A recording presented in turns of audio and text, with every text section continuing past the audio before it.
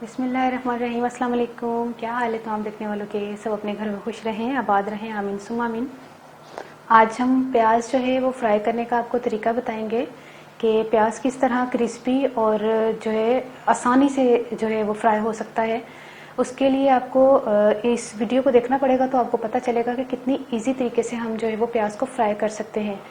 क्योंकि हम जब लाल किया हुआ जो फ्राई किया हुआ जो प्याज जो मार्केट में मिलता है बड़े बड़े स्टोर्स में, वो मैंने भी यूज़ किया हुआ है। मुझे पता है कि वो कॉर्नफ्लोर जो है वो लगाते हैं उसको क्रिस्पी करने के लिए और घी में फ्राई करते हैं। हम बिल्कुल भी इस तरह नहीं करेंगे, क्योंकि जब वो कॉर्नफ्लोर लगाते हैं तो जब हम हंडिया में वो प्याज इस्तेमाल करते हैं तो हमारी हांडी जो है ना वो उसकी ग्रेवी जो है वो थिक थिक होकर नीचे लगना शुरू हो जाती है। तो वो प्याज की ही वजह होती है कि आपने प्याज जो है वो बाजार का लिया हुआ होता है और हमें समझ नहीं आ रहा था हमारी हंडिया में इतना ग्रेवी गाढ़ी गाढ़ी कैसे हो गई। तो वो कॉर्नफ्लोर इस्तेमाल किया हुआ था उन्होंने, ठीक है। अच्छा, मैं जो है अब प्याज जो है इसको काटा है मैंने, मतलब छिलका इसका उतार लिया है, इसको इस तरह धो लिया। क्योंकि जब हम इसको इस टाइम पे हमने धोना है, जब इसको कट कर लेंगे, जिसको इसको स्लाइसिस में काट लेंगे, तब इसको नहीं धोना। तो हम जो है ना इस तरह काटेंगे बिस्मिल्लाह आराम से। ये देखें, आपको नज़र आ रहा है।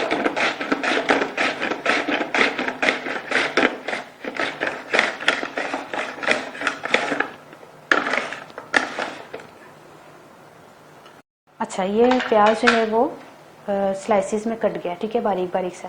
अब क्या करना है कि इसको हमने आधे घंटे के लिए या तो धूप में सुखाना है, या अगर आपके घर में धूप नहीं आती तो 1 घंटा 1.5 घंटा आपने पंखे के नीचे रखना है, इस तरह फैला के किसी बड़ी ट्रे पे या किसी बड़े जो है वो बर्तन ले लें, बाटी ले लें, कुछ भी ले लें। मैंने इस तरह करके इसको आपको सिर्फ बताने के लिए कि हमने इसको अब धोना नहीं है, क्योंकि हम धो चुके हैं इसको। तो ये मैंने जो है आधे घंटे के लिए इसको धूप में रखा हुआ था। अगर धूप नहीं आती तो 1-1.5 घंटे के लिए आपने पंखे के नीचे रखना है, ताकि ये थोड़ा सा ड्राई हो जाए। अब हम जो है इसको फ्राई करेंगे, और ऑयल जो है वो मैंने गर्म करने के लिए रखा हुआ है, ये बिल्कुल खुश्क है। तो अब हम इसको फ्राई करते हैं थोड़ा थोड़ा करके। ऑयल जो है हमने गर्म कर लिया है, ज़्यादा गर्म नहीं किया। चलो, अब इसको मुसलसल चम्मच चलाते चलाते हमने इसको फ्राई करना है। ये देखिए, मुसलसल चम्मच चलाते चलाते हमने फ्राई किया है, और ये इसी वक्त हमने जो है ना इसको निकालना शुरू कर देना है, क्योंकि निकालते निकालते भी थोड़ा सा और भी डार्क ना हो जाए।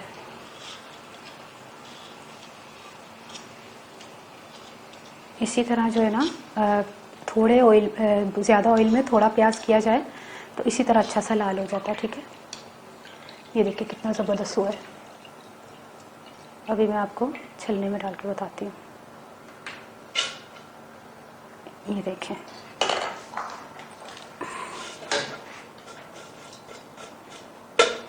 इसी तरह हम जो है वो तमाम प्याज को फ्राई करके फिर मैं आपको मिलती हूँ।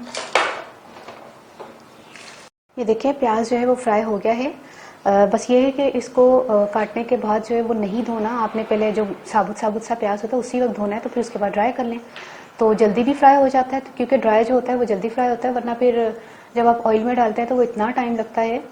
और अभी तो खैर मैं ये आपके लिए नहीं लेकर आने लगी थी ये रेसिपी, कोई आपके लिए कोई अच्छी सी बड़ी सी रेसिपी लेकर आने लगी थी, लेकिन चूँकि मुझे चोट लगी है इसलिए मैंने कहा चलो आपके साथ बहुत दिन से गायब थी मैंने कहा चलो फ़िलहाल प्याज फ्राई तो मैं कर सकती हूँ इतना तो, क्योंकि प्याज तो मुझे उज़मा ने काट के दिया था, हर चीज़ उज़मा ने तैयार करके दी थी, लेकिन फ्राई जो है वो मिलजुल कर हम दोनों ने कर लिया। वरना बहुत अच्छी अच्छी 2-3 रेसिपीज़ जो है ना उसी की तैयारी करते हुए तो थोड़ा बस ये कि अंगूठा कटते हुए रह गया इतनी ज़्यादा गहरी चोट थी, तो 2-3 दिन से इस पट्टी को ही लेकर बैठे हुए थे। अच्छा, ये है कि प्याज जो है वो फ्राई हो गया। अब आपने इसी तरह प्याज को फ्राई करना है। मुझे बताइएगा आपको कैसा लगा ये, और मुझे अपनी दुआ में ज़रूर याद रखिएगा। ओके, अल्लाह हाफिज़।